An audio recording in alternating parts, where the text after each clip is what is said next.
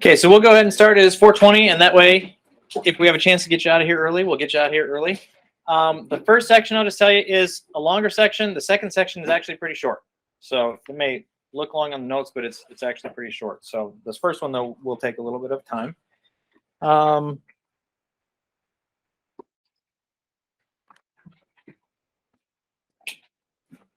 was asked to answer some questions on 3.5. So when we're done with 3.7 and 3.8, I will stay for a while and answer questions for those who want to stay, and that's fine.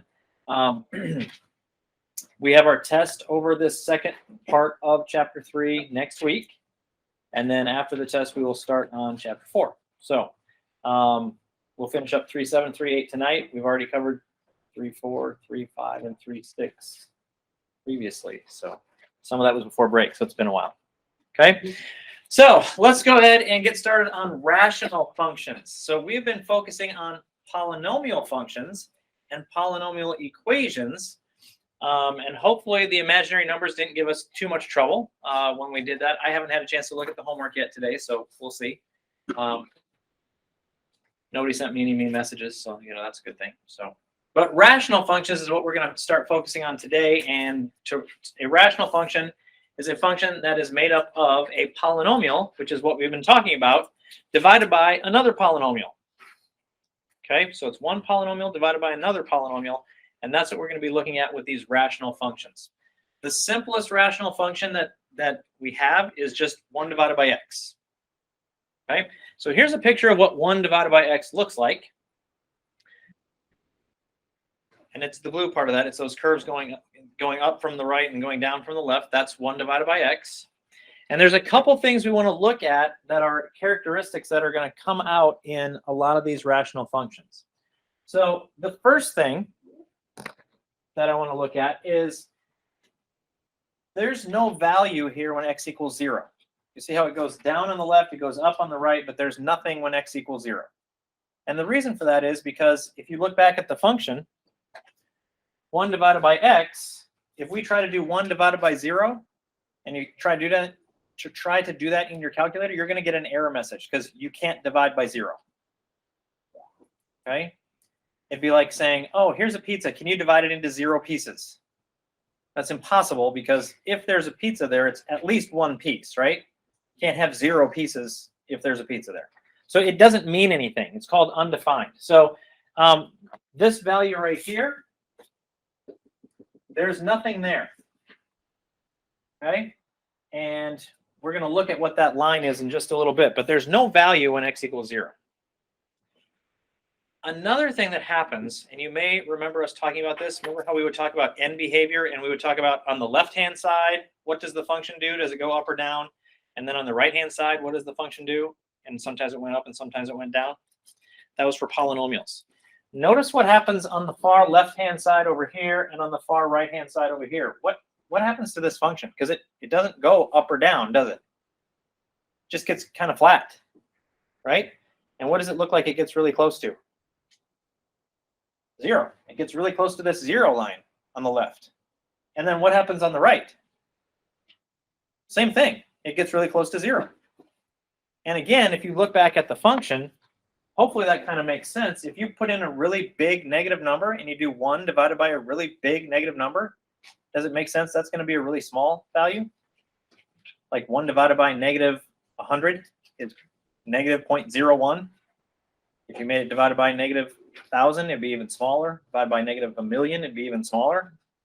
Okay, and the same thing happens with positive numbers. So as you go really far to the left and really far to the right, you're approaching this value of 0 in this case.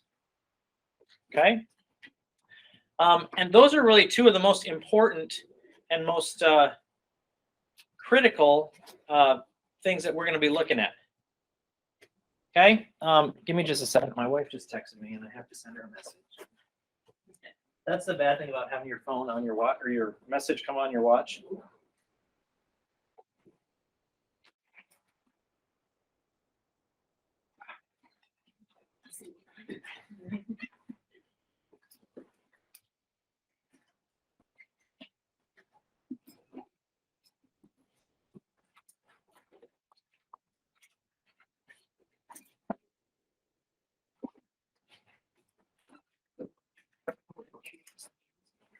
Okay, so that first part we talked about, that there's no value when x equals 0, that is our domain. What x values can we use? We can use anything except for we can't use 0.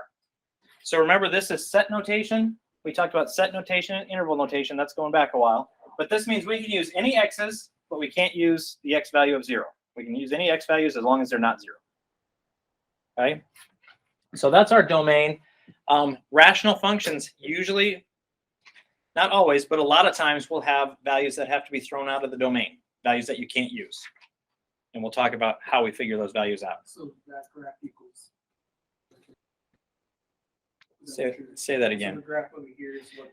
The graph, we're describing the graph over here, but this is actually the graph of f of x equals 1 over x. So That's the graph for f of x equals 1 over x. And now we're going to just describe some of the things that are true about that graph. So the first thing is you can't use 0 for an input. The next thing, and we already mentioned this one, remember what this means. As x approaches negative infinity, that means on the far left-hand side, the function values get really close to 0. Right? We already mentioned that. And then on the far right-hand side, the function values get really close to 0.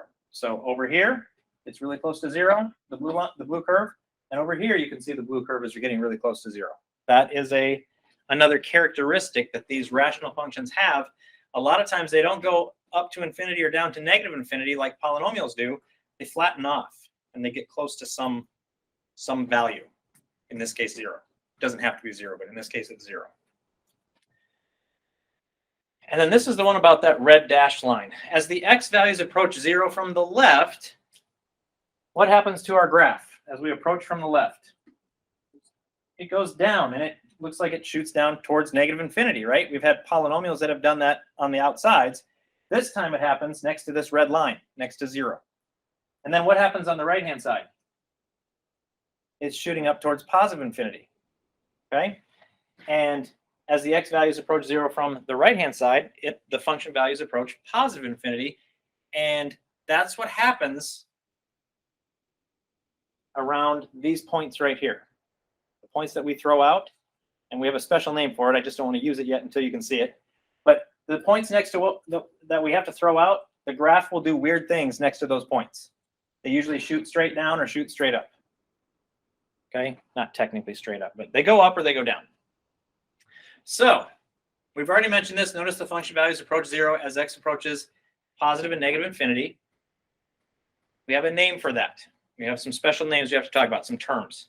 So when these values are the same, we call this line y equals k a horizontal asymptote. So let's go back. Is this something you have to fill out in your notes? I'll let you write that down first, and then we'll go back to our picture.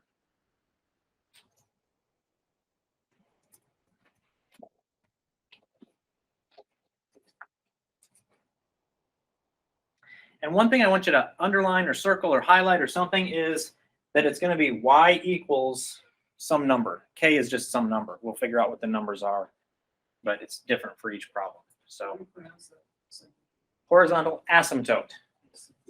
Asymptote. I'm going to say that a lot because we've got horizontal, we've got vertical, we've got slant asymptote. So we'll be talking about asymptotes all over the place here. Okay, everybody got that filled in? All right, so looking at our graph, we said that the graph approached 0 on both sides. Well, if we look at what happens here, we see that on the left it gets really close to this green line, and on the right it gets really close to that green line. The equation of the green line in this case is y equals 0. That line is called the horizontal asymptote. Okay? The red line that I drew earlier, that the graph goes up and down right next to, is a vertical line. So its equation is going to be always x equals, and it's x equals 0 vertically this time. That one is called a vertical asymptote. And we're going to go, and that's going to probably be the next blank you have to fill in. Yes, a vertical asymptote is a vertical line. The equation will be x equals some number. In our case, it was 0. Where the function approaches infinity or negative infinity on the left and right. And that's kind of the characteristic. The graph will shoot up on one side or the other and shoot down on one side or the other. It might be that they both go up, they might both go down, or you might have one going up and one going down. but it's gonna force the graph. It's kind of like a break in the graph, and it forces the graph to go up or down. So horizontal asymptotes are gonna be these horizontal lines. Vertical asymptotes are these vertical lines.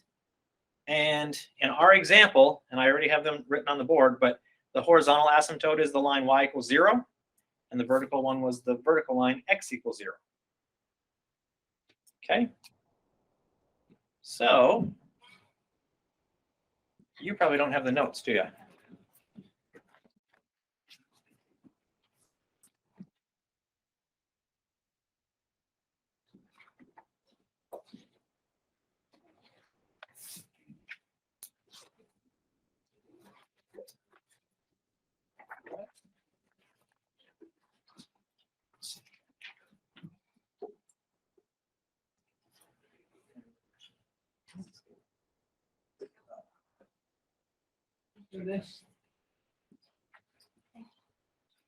Okay, so we already mentioned our example, y equals 0 and x equals 0 for the horizontal and vertical asymptotes.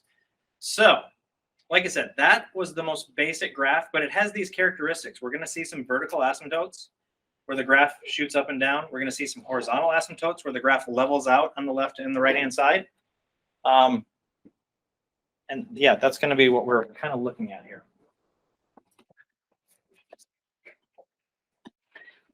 All right, so what we want to do is sketch a graph of that reciprocal function that's been shifted 2 units to the left and up 3 units. Now, first of all, I want to do a little bit of review. If this is our toolkit function, I think 1 over x is one of our toolkit functions, isn't it? If you look back, I think it is. But if we need to make this go 3 units to the left, does anybody remember what we do to the equation? We're going to add 3 where? We're going to add 3 to the x. So it's actually going to be in the denominator with the x. So that's a little weird. We haven't seen that yet. So y equals 1 over x plus 3. That makes it go 3 to the left. And then how do we make it go up 3? We add 3 again on the outside or away from the x, right? So it'd be like plus 3. So this is, you don't have to worry about this, but this is the equation that we'd be using just to remind us that all those transformations that we learned apply to everything. They apply to these, they apply to everything. Okay? It wasn't like we just learned them and then we said, yeah, we're never going to look at this again. It applies to all the functions. So that's what we're actually graphing. But we don't have to worry about that right now. Let me draw the original one. So the original one would have looked like this.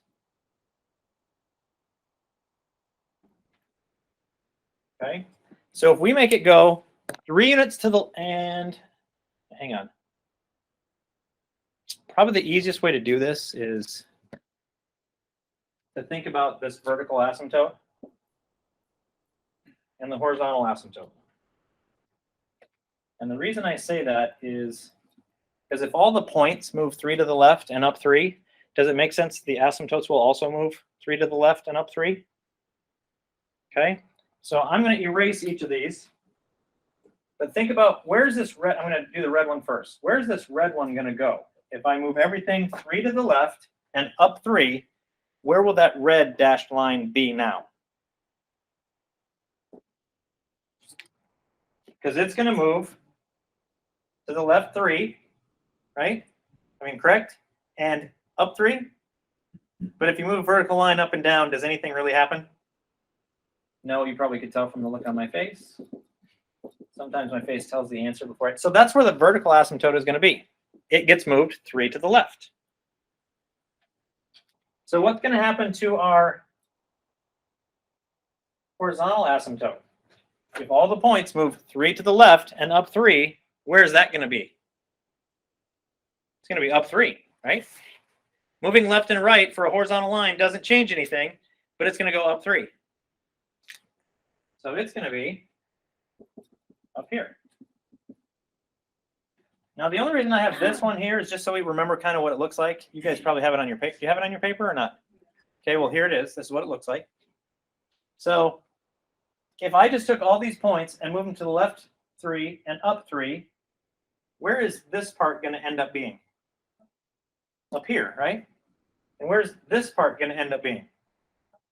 Over here. That makes sense? So the actual curve is going to come down just like the other one did. And it's going to look like that. Now, I'm not doing exact values, but we're just looking for the general shape of that curve. Okay? So I'm going to erase this dashed green line here. Curve. So that's a picture of the graph. We've just took the graph, we moved it over to the left 3 and up 3. And it would look like that. Now, the other part of this question is identify the horizontal and vertical asymptotes of the graph if there are any. We've already drawn them, so we know they're there, right? So let's start with the red one, which is a vertical asymptote. What's the equation of that vertical asymptote, do you think? Vertical ones are always which letter? Why? Vertical ones are always the x equals. I don't get anything. You don't get anything? Yeah. It's okay. This is intro. It's intro. We'll get to the Am actual I stuff. the one or all the You're the one. Oh, sorry. So x equals -3. Does that make sense? We move it over from 0. It moves to the left 3 spaces. It's now x equals -3. It was x equals 0. Right? What happens to the green one? What's the equation of this one?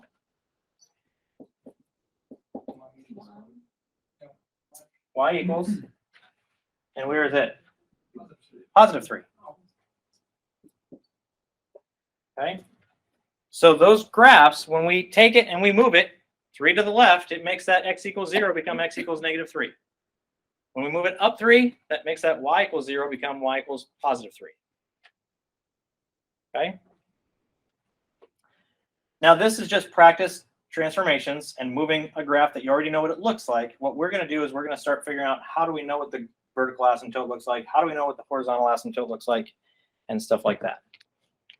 Okay, so this one, do we see how it looks similar to that one? It's just been moved. Because that's all we were doing is we were taking this graph and we were moving it. Now it doesn't look like it's in the right spot anymore because the graph isn't lined up with where the other one was, but that's the idea. We're just moving it. Okay, so here's where we get to the actual math of it. And I know this looks scary. So it's okay. Everybody, just take your deep breath now. We actually have seen this before. You may not remember seeing it before, but if you look back in your notes a few pages, we didn't see it put together like this. But if you remember, our definition was that you got one polynomial divided by another polynomial. If you go back to when we first started talking about polynomials, we saw this top part. And this was our general form of any polynomial. And that's why it has to be written so weird, because we don't know how short or how long the polynomial is. So we have to write it very generically. But now we've got another polynomial on the bottom, which we have to write just as generically. So that's all this means is one polynomial divided by another one. And that's all that means for a rational function. The second part here means n of x and d of x have no common factors. That means you can't, like a fraction, you can't reduce it at all. Okay, it's like it's already been reduced. Okay, so here's what's important about this part. The degree, or we talked about the degree of a function, it's the highest power. The degree of the numerator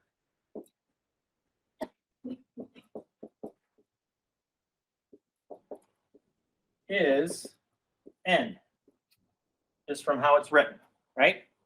What's the degree of the denominator? M.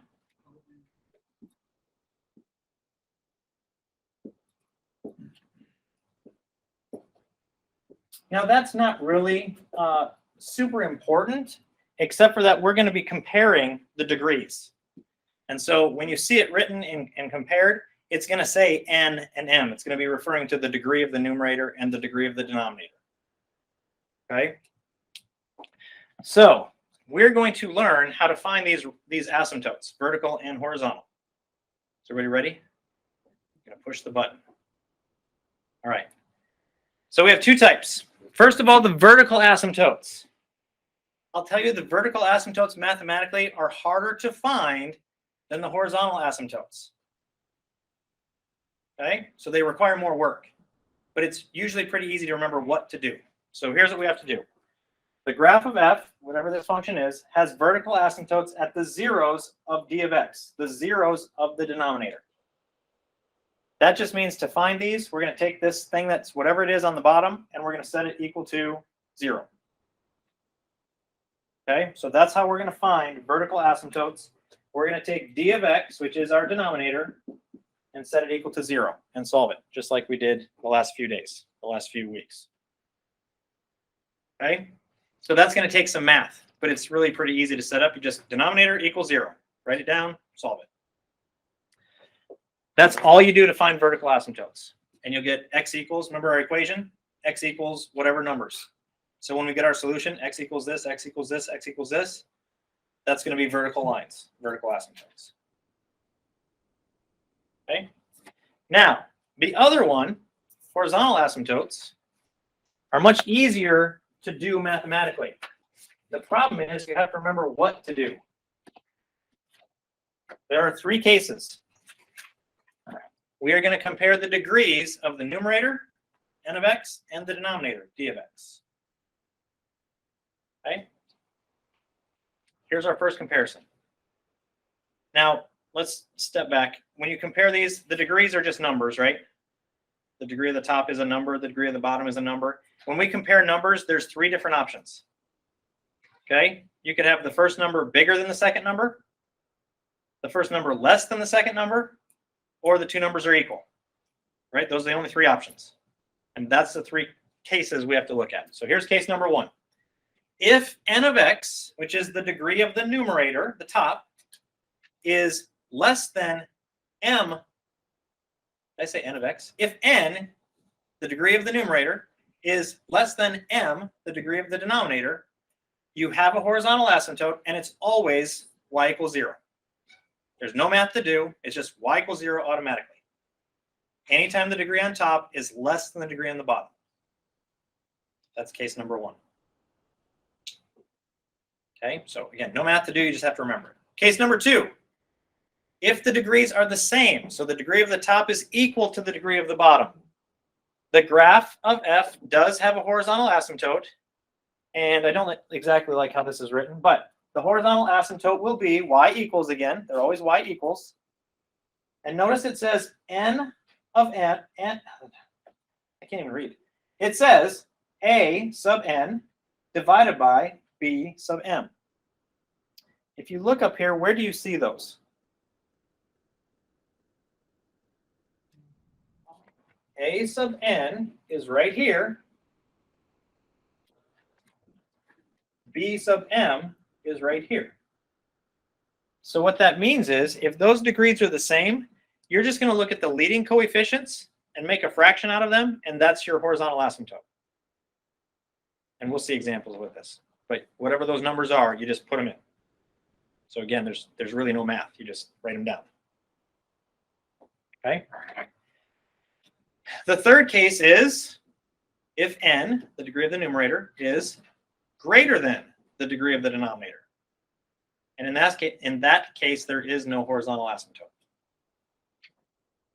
Okay, so that means it's not going to ever flatten off, because that's what the horizontal asymptote is, right? It gets flat. So in that case, that third case, there won't be any of that. It'll go up or down or somewhere. Okay. So that's all great. You guys have seen a lot of words. Your eyes are glazing over. We want to see examples to see how this actually works. What do we actually have to do? So let's take a look.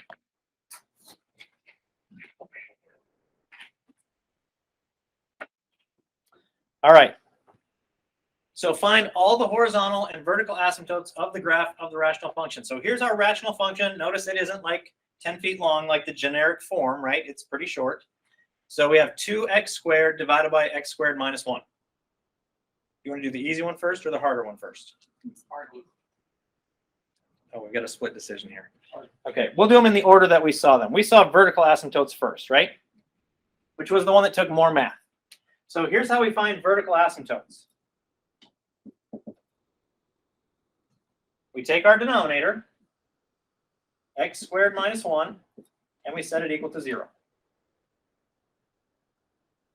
This one isn't going to be too bad. Now we have two options. We can try to factor it, or we can try and solve it some other way. In this case, this one's pretty easy to solve because it's just, there's only one x, right? There's an x squared.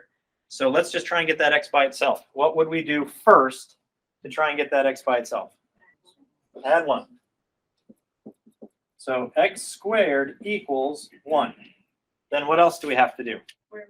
Take the square root of both sides.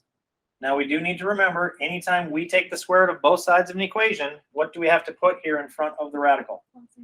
Correct, plus or minus. And then what is the square root of 1? 1. So we have two vertical asymptotes this time. X equals 1 and x equals negative 1. Those are the two vertical asymptotes.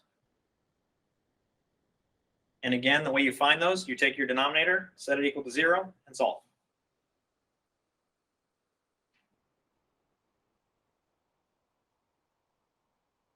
Any questions on what we did there? Okay, let's try the horizontal asymptote. Oh, I need to mention, there can be more than one, as you can see, there can be more than one vertical asymptote, but there can only ever be one horizontal asymptote. There will never be more than one. There can be more than one vertical asymptote. As you see here, we got two of them, but there can only ever be one horizontal asymptote. Okay, so that's why when I say it, I'll say, let's find the horizontal asymptote, whereas over here, I'll say, let's see if we can find all of them, because there might be more than one. But in this case, there can only be, well, in all cases, there can only be one horizontal asymptote with a rational function.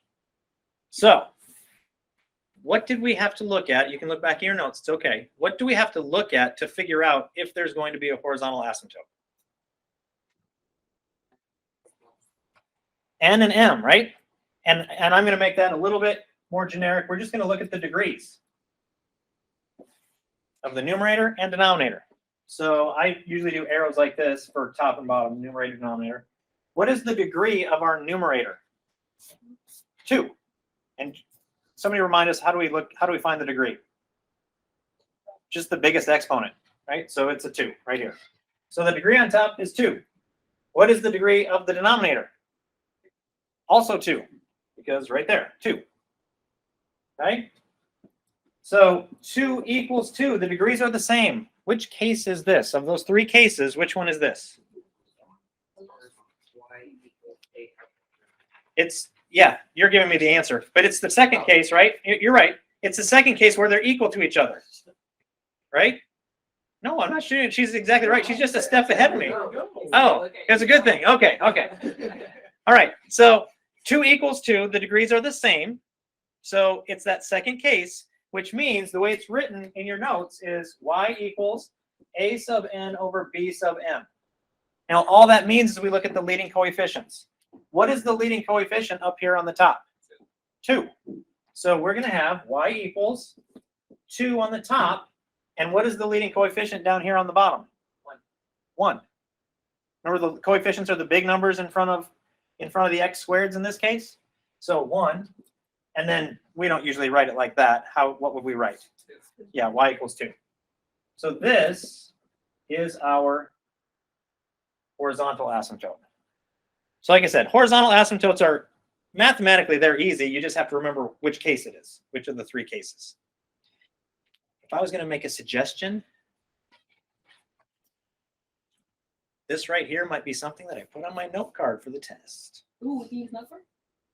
I said you can use them for the rest of the test, so you don't have to ask anymore. Oh, okay, thank you. Okay, so now, but I just noticed as that. just a suggestion, I might suggest putting this on my note card so that I have those three cases. Okay, does that make sense? Because that's the hard part about horizontal asymptotes, is just remembering which case. Until you've done it for a long time, and then you just remember them. But okay, any questions on that first example like that? Does it kind of make more sense now that you've seen an example? Question? How would you write it in that computer? X. Oh, my one.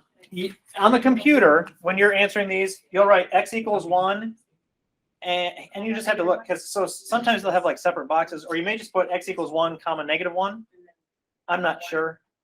No, because then they'll have a separate box for the y equals. Because one will be vertical asymptotes, one will be horizontal asymptotes. There will be 2 separate boxes. If there's not 2 separate boxes, then you would just write x equals 1 comma x equals -1 comma y equals 2. But I think they're always separate boxes. Yes, ma'am. So if that coefficient or the on the bottom was a 3, what would you done? This one? Mhm. Okay. No, This one in front? Yes. Okay. Then you'd have 2 would be on the top and 3 would be on the bottom, and it'd just be y equals 2/3. Oh, okay. Now, I'm not going to make you graph these, so it doesn't matter if it's a fraction or not a fraction. Just write it. Say in my high school class, I do make them graph them, so they don't think I'm quite as nice. They deserve it. Those young pups, they deserve. Okay, anyway. All right. So does that make a little bit more sense now that you've seen how we figure that out rather than just a bunch of words? Yes. Okay. So let's take a look at another situation that can occur.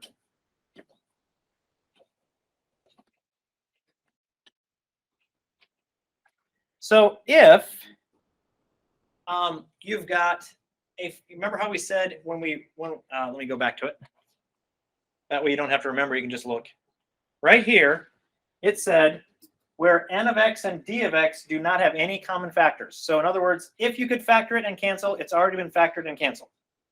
Right? It's been reduced as far as it can. So if you get to a point, or if there's a situation, here we go. If there's a situation where it hasn't been factored and canceled yet, and we have to do that, sometimes we can get what is called a hole in the graph. Okay, and it looks exactly like it sounds. It's just there's like going to be an open hole in the graph, and I'll show you how we can find those. But I'm not making you graph them, so you don't have to worry about it that much. But so a hole occurs in the graph if there's an input value that causes both the numerator and denominator to be zeros. In other words, there's this common factor that you're going to be able to cancel. That's another way of saying that same thing. In this case, factor the numerator and denominator and simplify and cancel out that common factor. And then you could just go on as we normally would from there, finding your different asymptotes. Okay, so in this case, example 4, we're going to find all the horizontal and vertical asymptotes of the graph of the rational function and also identify any holes in the graph. Now, here's the part that makes it a little bit trickier when we have something like this. We are going to want to factor it first to see if there are any common factors. Okay, so for those of you who thought you had escaped factoring, you never escape factoring in math. I just tell you, you just don't. Yeah. So let's start with this one, and I'll do the factoring over here to the side. Let's start with x squared plus x minus 2. And these aren't terrible ones to factor. But does anybody remember how we factor them? It's been several weeks since we've really done too much. Yeah, 1 times -2, which is -2. And then if you remember, we kind of have to think through it. So we need 2 numbers that multiply to be -2 and add up to be a 1.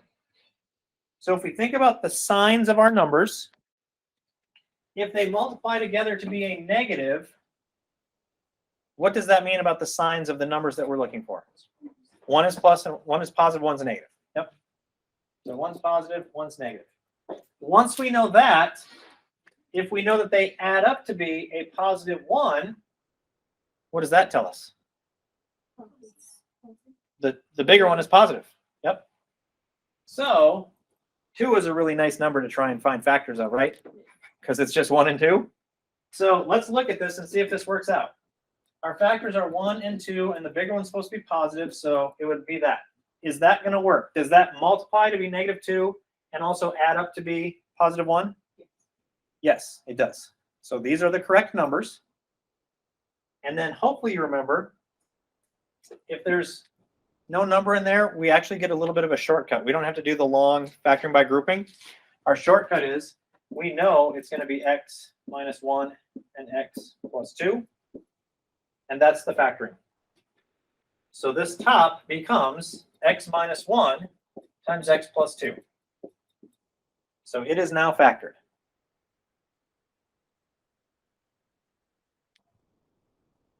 Do we kind of remember that? Yeah. In our distant past? Before spring break and everything else? Okay, now we need to do the same thing with the bottom. Got to factor the bottom. So I'm going to just draw a line here. So we've got x squared minus x minus 6. And we do the same thing. 1 times negative 6, which is negative 6. And you see it's the same situation? A negative 6 means the signs are one's positive, one's negative. But this time, when we look at this middle number, they have to add up to be a negative. So what does that mean? The bigger one's negative this time. That makes sense? Because the negative one will outweigh the positive one? That makes sense? So, factors of 6. Where the bigger one's negative. 1 and negative 6, will that work? No, because that doesn't add up to be the right numbers, right? It has to add up to be negative 1. The next option is 2 and negative 3. That works. And again, because this is just an x squared, there's no number in front of it, we get a shortcut. And the shortcut is we're going to be able to just put in x plus 2 and x minus 3. Hopefully we have one where there is a number in front of it, because I see from some of us, you're like, I don't remember what we're supposed to do if there is a number there. I've seen those looks before. Okay, so we've got it factored. Now, what do you notice about our numerator and our denominator? Do you see how they have a common factor? What's the common factor? X plus 2. So what we need to do is, and then for the rest of the problem, we just get to look at this, because those have canceled out. Now, what happens, though, when they cancel out is that means they create a hole in the graph when x plus 2 equals 0. Okay? So how would you solve this?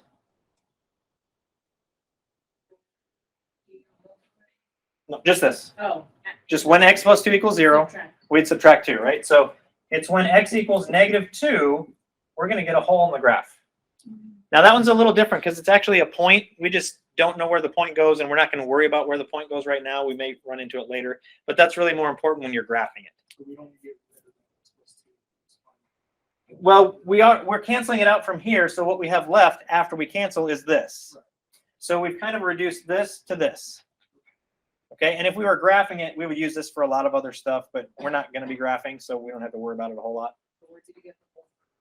The hole came because anytime something cancels, that's going to create a hole in the graph. So we just take that factor, set it equal to 0, and that's where the hole is going to be. So the x minus 1 over the x. No. Because the x plus 2 is canceled, right? So if that happens, you take that factor that canceled out, and that factor, when that factor equals 0, that's going to create the hole in the graph. So in our homework, we're going to want that and the hole? They're probably not going to ask you for this. They're going to ask you for, we need this for the rest of the problem, but they're just going to ask you probably for the hole in the graph. Okay, so we've done this part, identify any holes. We've got that taken care of. That's done. Okay, now we've got to go back and we've got to look at the horizontal and vertical asymptotes. Will it say like hole? In the question? Yeah. In fact, I think I took these. I think these are awfully close to the directions you'll see on the homework. I think I try and pick problems from the book examples that look a lot like your homework ones. Okay, but here's the nice thing: after we do this canceling, we don't have to use this first one anymore. We could if we wanted to, but we get to use this smaller version because these two are exactly equal, except for this one has this hole in the graph, and this one doesn't have the hole in the graph anymore because it's been canceled out. Okay, so we've got the hole in the graph taken care of. Let's take care of our vertical asymptotes. Who remembers how we find vertical asymptote or vertical asymptotes if there's more than one? Set what equal to 0? You're right. The bottom, correct. And now look at the bottom is just x minus 3. That makes it really easy, doesn't it? X minus 3 equals 0. Is everybody okay? That this is what we're setting equal to 0, the denominator. And what do? Add 3, and we get x equals 3. That is our, we only have 1 this time, but that's our vertical asymptote.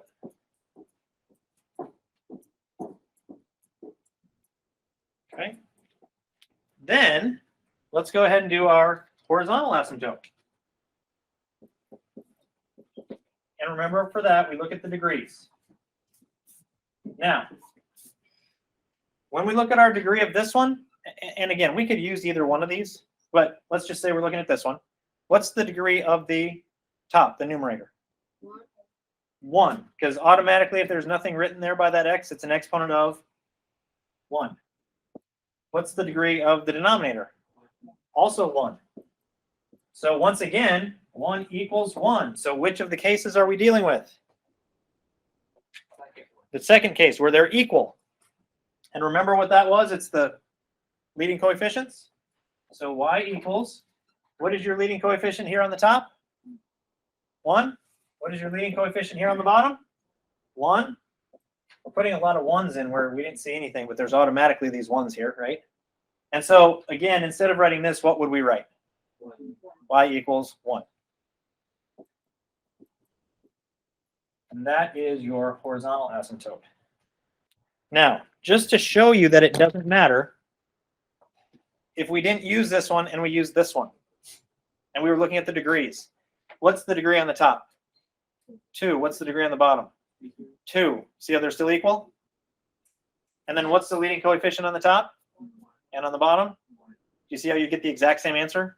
It'd still be y equals 1. So you don't have to be really worried about which one you use. I think it's probably easier to use this factored and canceled one. But even if you go back to this one, you're going to get the same answer.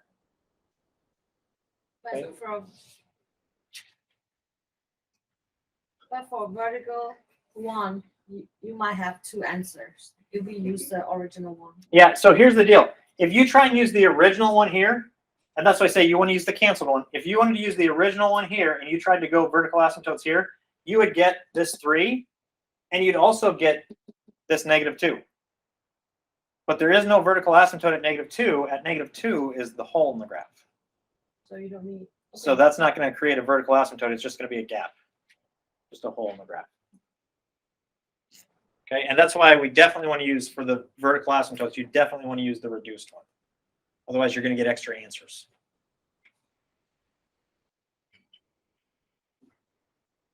So I know that one is a little different. Does that make sense? Because we had to do like 3 things there. Does it make sense how we found the hole in the graph? Just factor and cancel if you can. Sometimes you can't cancel, but factor and cancel if you can, and that would create a hole in the graph. And then, are we still okay with the vertical asymptotes and horizontal asymptotes? That process? Just denominator equals 0 for the vertical asymptotes. Compare the degrees for the horizontal. Okay. What? So more examples, please. More examples. Let's see what we've got. I don't know why I don't have the hole in the graph in there, but there should be a hole in the graph there also. Okay, so this one I made longer, but if you notice, I already factored it for us, which is good. That means we don't have to factor it, right?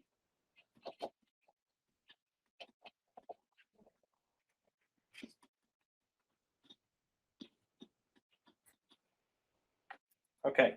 Now it does make one piece a little bit trickier, and we'll talk about that when we get there.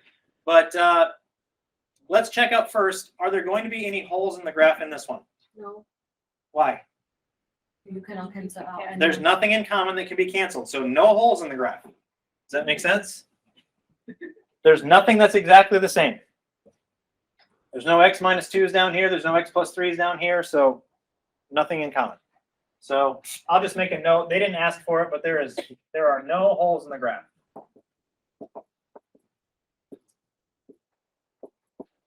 Okay.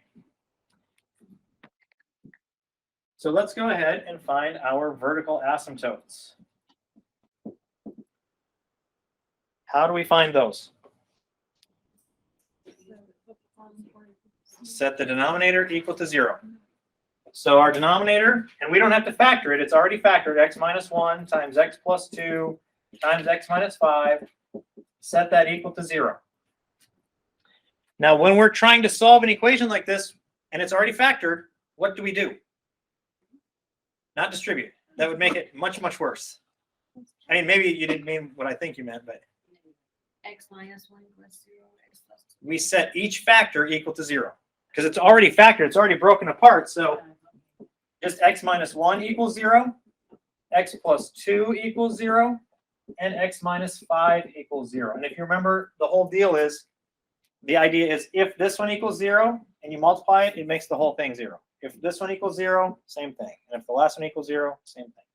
So we just take, the options are, each factor equaling 0 is going to be a solution. So what do we get here for this first one? X equals 1, and this one? Correct. And 5.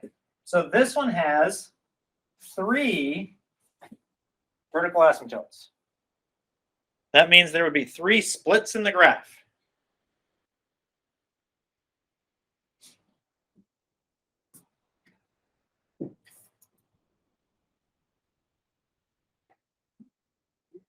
Does that make sense? Can they all be simplified like that? Can they all be factored? Or factored? Is that what you're asking? Like, Please. I think if I remember correctly, I think on the test it is factored already for you. Oh, no, bless your heart. Because I mean, you don't get away from factoring. You still have to do that on your homework and stuff. But on the test, I'm not testing your factoring now. We did that in the last test. So Thank you. that doesn't mean you get away from factoring forever. But on this problem, I think it's already factored for you. Okay, so that's vertical asymptotes. Next, horizontal asymptotes.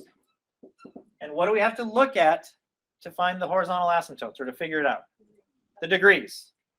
So we're going to compare the degrees. Now, this is the part that's a little bit trickier because it's already factored.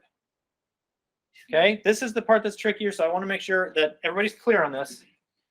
We have to kind of think of what would it be if we multiplied this out. We're not going to multiply it out, but if we multiplied it out, what would the first term, what would the first part be if we were trying to multiply this out? X squared. It would be x squared. Does that make sense? Because your first thing would be this times this. It'd be x squared plus, I don't really care what else. Because I only care about the first piece. Because that's the degree and that's the leading coefficient. Okay? So then, now let's see if we can think about this. If we were going to multiply the bottom one out, what would that one be? X cubed. And again, we don't care about the rest. Does that make sense? If there are 2 of them, it's going to end up being x squared.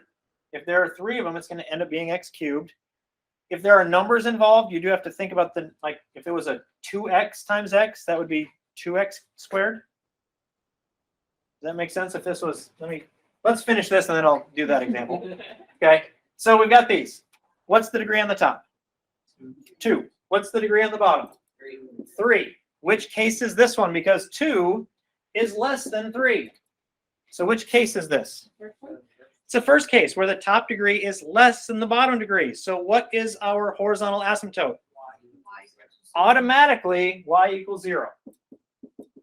Nothing else matters if those degrees are set up where the top degree is less than the bottom degree. So that's the answer, right? That's, yep. Like I said, finding horizontal asymptotes is easier than vertical asymptotes. It's just you have to remember the 3 cases. So if you've got them on your note card, that should make it really easy. If you've got it on your note card, it should make it really easy. Again. Okay, does that make sense, how we did those? Okay, so now let me go back to this. If we had 2x plus 5 times x minus 6, and we were trying to do the same thing, what would our first term be in this case? It'd be 2x squared. And then again, plus the rest, doesn't matter. But does that make sense? Because the way you get that first term is always this one times this one. But your degree would still be the same. Your degree would still be a 2. Yeah, it just changes the number in the front. Okay, or what if I had a 5 out here with this? Then what would happen? Yeah, no. I just thought. What was It confuses me now. So if I had this, if I had the 2x plus 5, the x minus 6, and then I had a 5 in the front. Notice So it would be the 5 is multiplied, right? To distribute? It would just be, you just think about this. It's going to be this times this times this. So it's going to be 10x Square. 10x squared, because there's no x here, right? Does that make sense? Yes. Now you're right. If there was an x there, it would be 10x cubed. Okay, so you're just multiplying all those first numbers together.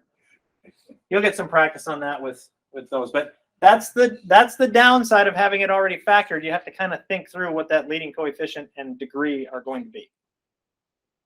Okay, Just like just Just I should. like that. In fact, I should just take this problem and put it on the test. Yes. Yeah, I think it is. No one will ever know. It's not going to be that problem. I can So, pretty much guarantee you, unless it just accidentally happens. you So- can switch the -2 to a -3. That would be okay? Yeah. Okay. So the vertical asymptotes again, 1, -2, and 5. We get those by setting the denominator equal to 0. The horizontal asymptotes, we compare the degrees and look at which of the 3 cases it's going to be from our note card. Okay? All right. So this is the same question. This is the same rational function. But the question is different this time. Do we see what the question is this time? Intercepts. Intercepts. It says find the intercepts, which means the x-intercepts and the y-intercepts. And we've done this before, but we have to kind of dig down into our memory banks and see if we can remember. So let's start out with the easy one, the y-intercept. Does anybody remember how we find a y-intercept? You put in a 0. You put in a 0 where? Put in a 0 for all the x's. Because again, if you think about a y-intercept, it's where it crosses this line right here. And every point on this line is like 0, 4, or 0, 1, or 0, -2, right? The x values are always 0. So we can use that information to help us. Well, I know x is going to be 0, so I just put in a 0. So here's how you find x-intercepts. You remember x has to be 0.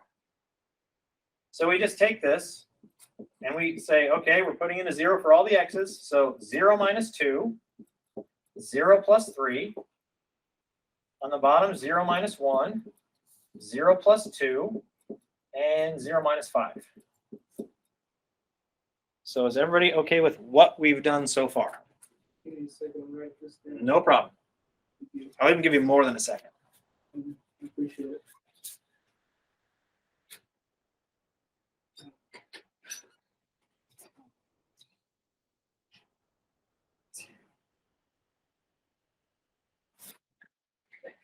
Now we're going to do some heavy duty math.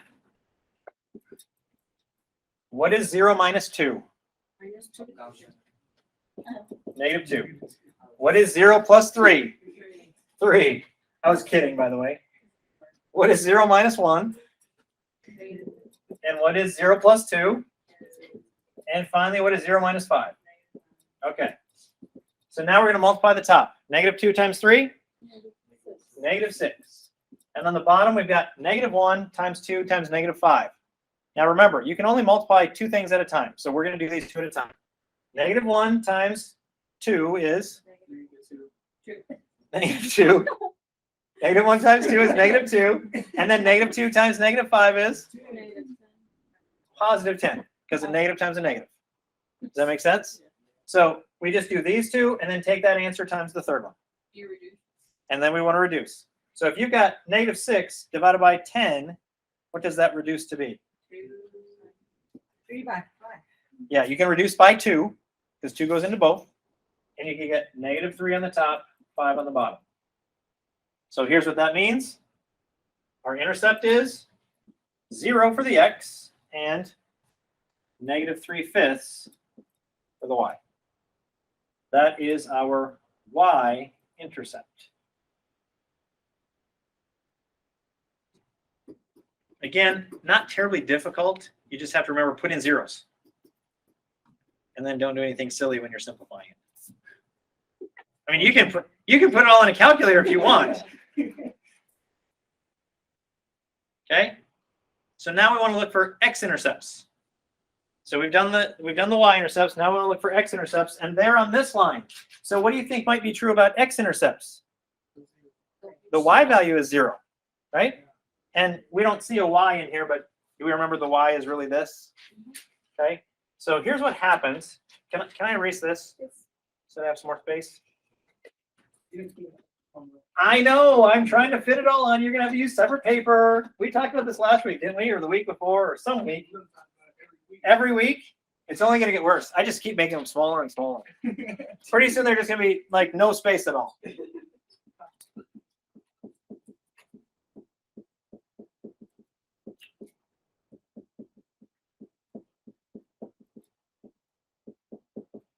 Okay, so we have replaced the f of x part, which corresponds with what we would think of as y, with a 0. So we Now. rewrite the same thing, right? You just write the same thing, but replace the f of x with a 0. Now, the nice thing is, if we know something about fractions, this is going to help us make this a lot shorter process. So, if you have a fraction, what is the only way we can make a fraction equal to 0? Multiply this opposites. What do you mean? That equation, if you want to cancel that, you have to multiply the opposites. And you have to multiply by 0, right? Zero. Well, I don't want to multiply by anything. I'm just saying, if you look at a fraction, what's the only way that fraction can be equal to 0? So forget this for a second. What's the only way a fraction can be equal to 0? If you cancel out the same. No, because if you cancel, that's going to leave a 1. Multiply? No, we don't want to multiply. We just want to say, what's the only way? If you look at a fraction and you know instantly that it's a 0 because of one There's thing. a 0 There's a 0 where? somewhere. No, it has to. You're right, somewhere, but it has to be in a specific spot. I know. It does. Whoever said that, you're right. It has to be on the top. The only way a fraction can equal 0 is if there is a 0 on the top, right? If you have 7 on the top, it doesn't matter what goes on the bottom. This will not equal 0, right? I can put 7 over 300 billion and make it super small. It will not equal 0. Put it over what? I said, put it on the calculator. See what you get. You'll get something, and it'll be a really small number close to 0, but it won't equal 0. Okay? So here's what happens. The only way a fraction can equal 0 is if the numerator equals 0. So what we are able to do is actually completely ignore the denominator. So when we talk about this from now on, we'll just say we're going to set the numerator equal to 0. Now, there's a mathematical reason for this, because what we would do, we don't like to have these in the x's in the denominator anyway. So if we're solving an equation, the first thing we do is multiply by this denominator to cancel all these out on this side. But on this side, what happens when you multiply 0 by x minus 1 and x plus 2 and x minus 5? 0. It's still 0, right? So that's mathematically what we're doing. But we don't have to do that step every time, because we know the only way that fraction can be 0 is if the top is a 0. So that's our answer. Now we solve it. Oh, Because what do we do if we've got things factored that equal 0? What do we do?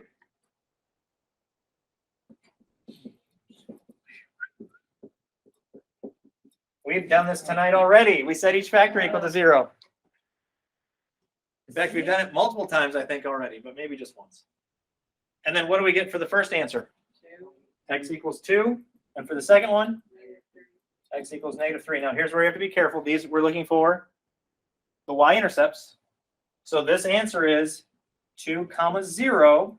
Because remember, we put in a 0 for the y. And what's this one going to be? -3, 0. These are our y-intercepts. No, sorry, those are our x-intercepts. I said that backwards last time, sorry. The first one we found were the y-intercepts. These are the x-intercepts.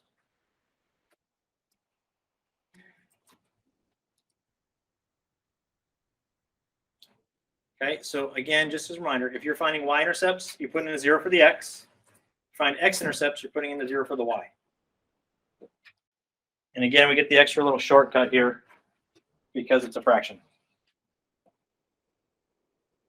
Okay, now, if I remember correctly, yeah, those are our intercepts. Oh, so just so that you kind of have an idea what we would do is we would use this information that we just got to help us draw a picture. Now, I told you you're not going to have to draw a picture, but let me just show you what it would kind of look like. So if somebody could look back on their papers, actually, I can probably look right here. So we know that we had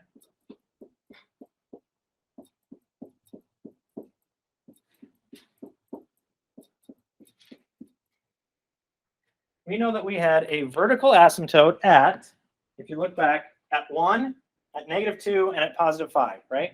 That's what we got on the last example. So that would make a vertical line right here, a vertical line right here, and a vertical line right here. Okay, so it would split our graph 3 times because of those 3 vertical asymptotes. Next, we found our horizontal asymptote, and what was that? It was 0, right? We found that in the last example. So that would mean it's going to get really close to this x-axis, the 0 value. Okay, and you guys don't have to worry about this. I'm just showing you what would happen. Then we had, these are our intercepts. So we have an intercept at 2, 0, that's right here. And at -3, 0, that's right here. And at 0, -3/5, that's going to be about right here. Okay, now that's not really enough information to draw the whole graph, but the graph would look something like this.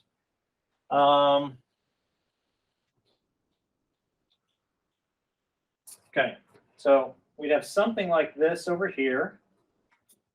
Because remember, next to those vertical asymptotes, it has to either go up or down. Okay, this one would probably look something like that. And then this one would go like this. And this one would go like that. It looks something like that. Now you can see probably why I'm not going to make you try and draw these. Especially not one this complicated. But they get these weird shapes because they have these breaks in the graph and things like that. So they can get some weird shapes. But it would look something like that. I should really put a picture up there to see how close I am. But it should be pretty close to that. Okay, so the last type of asymptote that we have, we've talked about verticals, we've talked about horizontals, and now we've got oblique or slant asymptotes.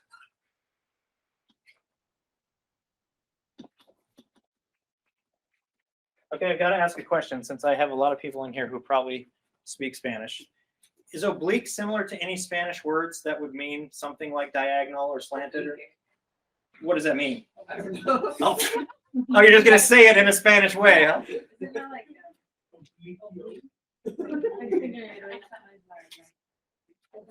Yes, there is.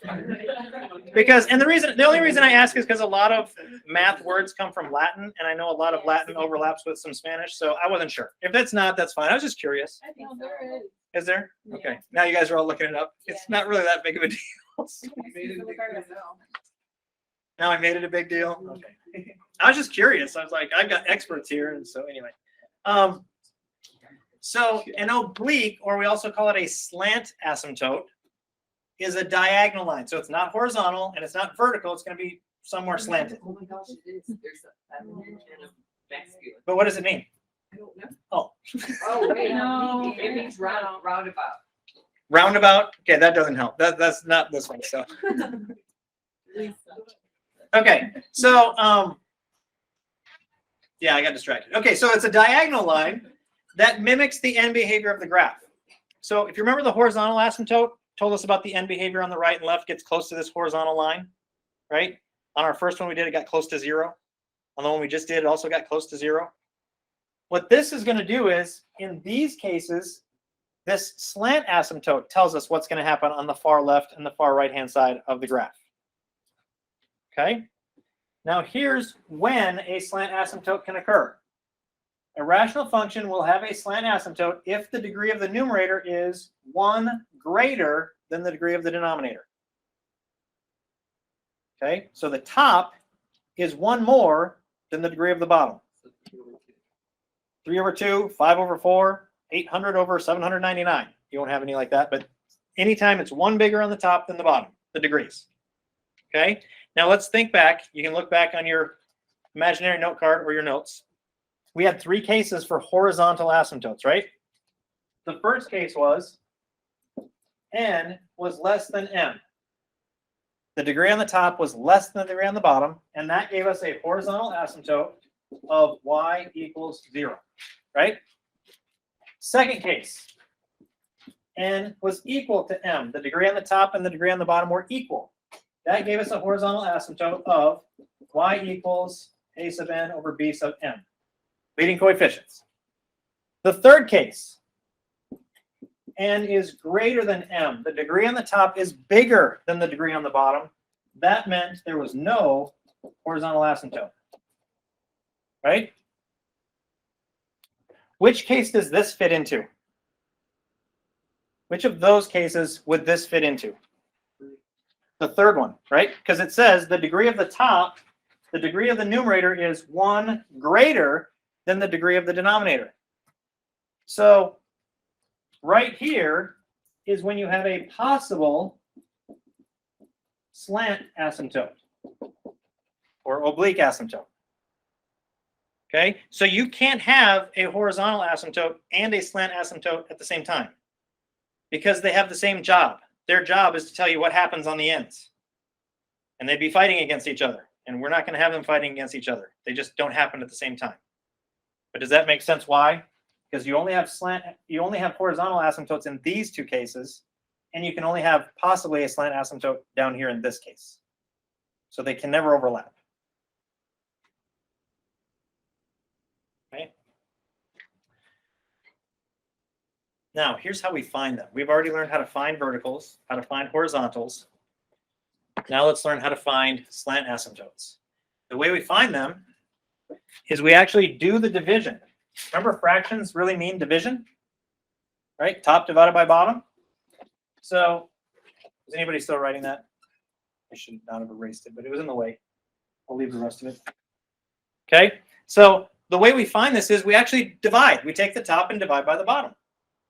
And the answer is going to be our slant asymptote. With one thing, we ignore the remainder because it's not going to divide in evenly usually. So we will ignore the remainder, and that will give us the slant asymptote.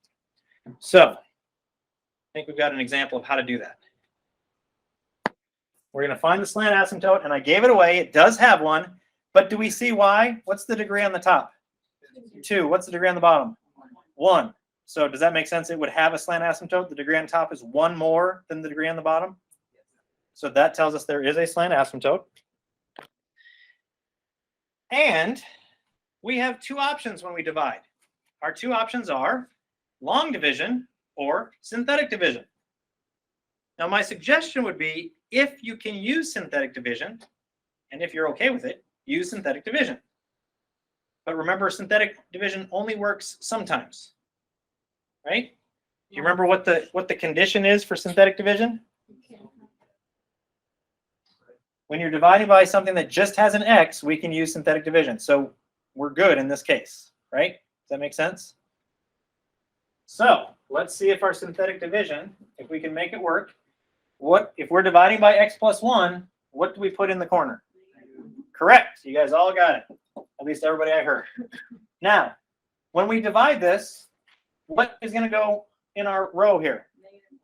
-1 coefficient, and then 2, and then 1. So it's a pretty short one this time. And then we put our line down here. And what do we do first? Bring down the -1. And then we multiply. -1 times -1 is 1. And we add. So we get a 3. 3 times -1 is -3. And we add and we get -2. So what do these numbers mean? This is, yep. But what do these, if we divide, what does this mean? -1 x squared. Because remember, oh, no.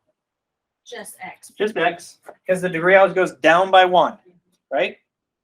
I was getting ready to point and then I wrote the wrong thing. Okay, so -1x plus 3 with a remainder of -2. Now, if I keep the remainder on, this is exactly equal to this. Okay, because we just divided it. It's exactly equal. For our slant asymptote, though, here's what we do. Our slant asymptote is going to be the line y equals negative 1x plus 3. We ignore the remainder, and that gives us our slant asymptote. Okay. And again, that's just going to be it's actually this way. That's going to be a diagonal line that on the ends, it's going to tell us what this graph gets really close to. Okay. I kind of wish I was making you do the graphing because then you can, I mean, I'm not going to make you, I'm just saying, I kind of wish I would, because then you can see how it fits together rather than just, I'm going to do these random things to these equations and whatever. You showed everything. I showed you, you're good. Okay. Question. Yeah. The negative ones, you get it from that last number or the x plus 1? This one, it came from right here. It's always the opposite of what you're dividing by. That's what you're asking? Okay. Yep. And so again, you don't have to necessarily write the 1. It's negative x is the same thing as negative 1x plus 3. Okay, but that's our slant asymptote. And that's the end. Now, look at this. You will notice only 3 graded problems. Now, why do you think that is? Because they're hard. I know that they take time, right? I know there are multiple parts to the problems. So when you have to find 2 vertical asymptotes along with a horizontal asymptote, I know that's like 3 problems kind of, right? Or if you have to find a slant asymptote, I know you're going to have to do the division or whatever. One thing I do want to mention, so it is it's not a short assignment. Don't just wait until Wednesday night and say, I've only got 3 problems to do. No, it will take you some time because I know they take some time. The other thing would be if you couldn't do synthetic division, what's our other option? Long division. So remember, if you can't do synthetic, then you go to long division. Okay. And I don't remember what the assignment has on it, but just understand that try synthetic division first if you can, but if you can't, your other option is synthetic or is long division.